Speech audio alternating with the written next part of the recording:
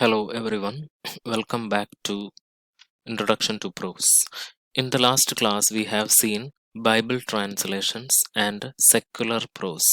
Today, let us move on to Le Morte d'Arthur. Le Morte d'Arthur is a book written by Sir Thomas Malory. What was the contents of this book? Have you heard about the legends of King Arthur and about the Knights of the Round Table? These are stories of adventure written about a king called Arthur and his knights, warriors.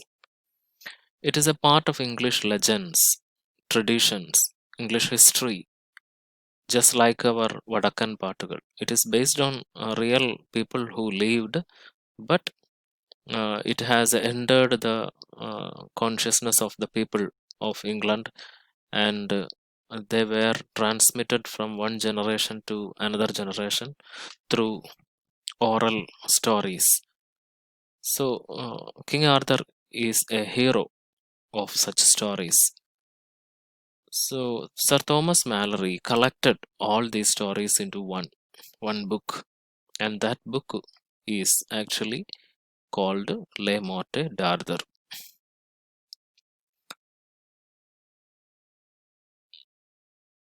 See, this is the cover of a book written about King Arthur and Knights of the Round Table. See, Le Morte d'Arthur is a collection of legends of King Arthur and his knights written in the Middle English. I hope you know what Middle English is. Middle English is a form of English that existed during those era. It was compiled by Thomas Malory. Collected by. Sir Malory described himself as Knight Prisoner. Knight Prisoner. This is the cover of Le Morte d'Arthur. It was first published by William Caxton in 1485. Various writers have written the stories about King Arthur. Le Morte d'Arthur is the most famous. It is a big book consisting of 800 pages. The book tells about the beginning of King Arthur's kingdom to its end. The book is divided into 9 parts, the names of which are given in your textbook, page number 23, second para. I will just read out.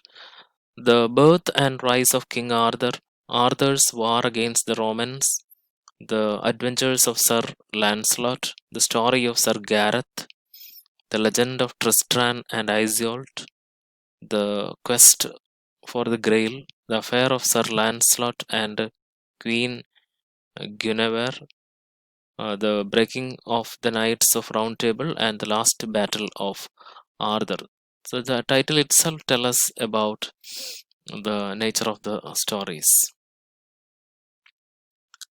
Helen Cooper, the British scholar, observes that the book can also be considered as history because it records almost all major historical events in it. So that is about Morte d'Arthur. You can search Google and find more about Morte d'Arthur. You can search the wiki page of Morte d'Arthur to know more about if you want to. You can search your library to find a copy of Morte d'Arthur as well. Now to Elizabethan prose. You can see the picture of Queen Elizabeth here. By Elizabethan prose, we mean prose works written during the period in which Queen Elizabeth ruled England, that is from 1558 to 1603. The majority of prose written during this period were in the form of essays, pamphlets, tracts, short write-ups used for religious or political purposes, treatises and academic writing, translations, travel narratives, etc. The most influential prose writer of this period was Francis Bacon. Now you are familiar with Francis Bacon. You have already studied of studies by Bacon. His major works are Essays, 1597, later reissued in 1625 with 58 essays. You have studied of studies is one among this particular book, and other works are Advancement of Learning, History of Henry VII, Apophthegms, The New Atlantis, etc. The other major prose works of this period, Roger Ascham's Toxophilus.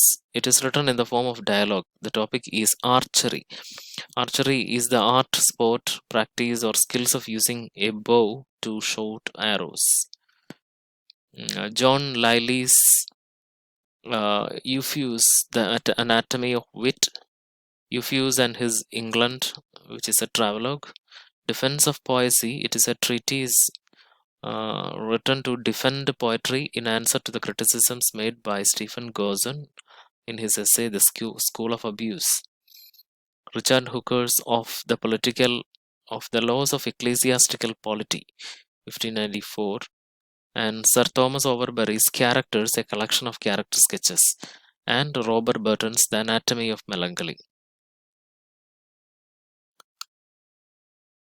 So by the time it reached 17th century, prose achieved much literary significance. Several writers came up. John Donne, James Ussher, and Joseph Hall were some of them.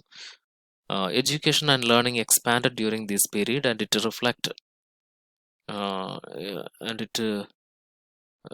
reflected in prose, romance fiction, autobiographies, pamphlets, literary criticisms were published.